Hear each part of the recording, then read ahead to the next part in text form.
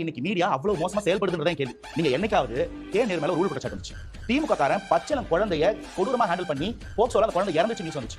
அண்ணா யூனிவர்சிட்டில இருந்து நந்தனம் arts college வரைக்கும் ஏர்போர்ட்ல இருந்து சொல்ல வாய்ப்பு சில இடம் அவ்வளவு கொடூரம் குழந்தைங்க நடக்குது. சாப்பிடுறதுல இருந்து சாப்பிட்டு போற வரைக்கும் அம்மா அவங்க முடிக்காங்க. டாய்லெட் கிளீனிங்ல ஸ்கேம் பண்றாங்க. இத எதை பத்தியாவது என்னைக்காவது இந்த மெயின் ஸ்ட்ரீம் ஊடகங்கள் ஒரு வார்த்தை பேசி ஒரே ஒரு டிபேட் வச்சு பாத்துட்டீங்களா? அந்த டிபேட்டுக்கு வரவங்க திமுக காரங்க பாத்துட்டீங்களா?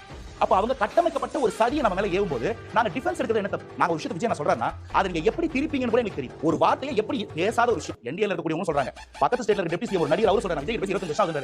விஜயும் பவன் கல்யாணம் பேசிட்டு இருக்காங்க. நீங்க ஃபிளாஷ் பண்ணிட்டு இருக்கீங்க ஒரு வாரம். அப்ப நீங்க என்ன நரேட்டிவ் ஒர்க் பண்றீங்க? என்ன சொன்னா நீங்க என்ன கொண்டு போய் சேர்ப்பீங்க? அவ்வளவு தெரியாத ஆட்களா நாங்க. என்கிட்ட பேச ஆள் இருக்கு, பேச நேரம் இருக்கு, மக்கள்கிட்ட பேசிட்டு இருக்கு. நீங்க கேட்க மக்கள் பதில் சொல்றாரு. இவங்க என்ன ஃபார்மட்னா எங்க கிட்ட வந்து பேசு. they are just after TR. அவங்களுக்கு டிஆர்பி அதுக்கு நியூஸ் வேணும். இவ்வளவு குற்றச்சாட்டு வைப்பாங்க, ஆனா அதுக்கு அவங்க பதில் இருக்கு. அரசு இவ்வளவு குற்றச்சாட்டு இருக்கு, அது பதில் இருக்கு. நாங்க மோடி ஐயா மேல வைக்கிற குற்றச்சாட்டோ முதல்வர் ஐயா மேல வைக்கிற குற்றச்சாட்டோ வேற. தூய்மை பணியாளர்களுக்கு ஒரு வாக்குறுதி கொடுத்தீங்க, அவங்க டிபெண்ட் பண்ணி வாசல போட்டு அடிக்கிறீங்க. அதுக்கு இன்னைக்கு வரைக்கும் பதில் சொல்லல. அவர் பதில் சொல்ல கடமைப்பட்டார். எவ்வளவு பழங்குடியினர் ஆதி திராவிடர்கள் ஹாஸ்டல்ஸ் மூடப்பட்டது தெரியுமா? எஸ்சி எஸ்டி சப்ளான்ல எவ்வளவு ஏமாத்திட்டாங்க தெரியுமா? 1974 போட சொன்ன எஸ்சி எஸ்டி சப்ளான் ஆக்ட் 2023 போட்டாங்க. இன்னைக்கு வரைக்கும் லூப்போல்ஸோட எப்படி ஏமாத்த முடியும்? எப்படி அவங்களுக்கு ஒதுக்கப்பட்ட நிதி எடுத்து பொது திட்டங்களை அமல்படுத்த முடியும்?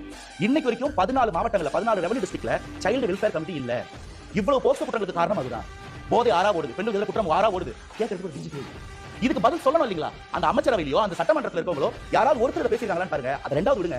டிபேட்டுக்கு கூட திமுக வர மாட்டாங்க. ஊடகவியலாளர், நெறியாளர், பத்திரிகையாளர்னு முகமூடி போட்டுக்கிட்டு யார் யாரையும் அனுப்புறாங்க.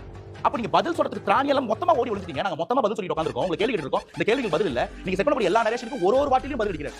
என்னன்னா கொஞ்சம் வித்தியாசமா ஸ்டைலிஷா பண்றாரு. ஒரு வாரம் 10 நாள் நீங்க மீடியால கதறீங்க. சிபி வாசல்ல இருந்து வெளியில கைய காட்டினாரு. மொத்த நரேஷனும் தூத்துலா போச்சு. அழுத்தம் நீங்க வண்டி ஓபன் பண்ணி கை காமிச்சாரு, அழுத்தம் தூத்துலா போச்சு.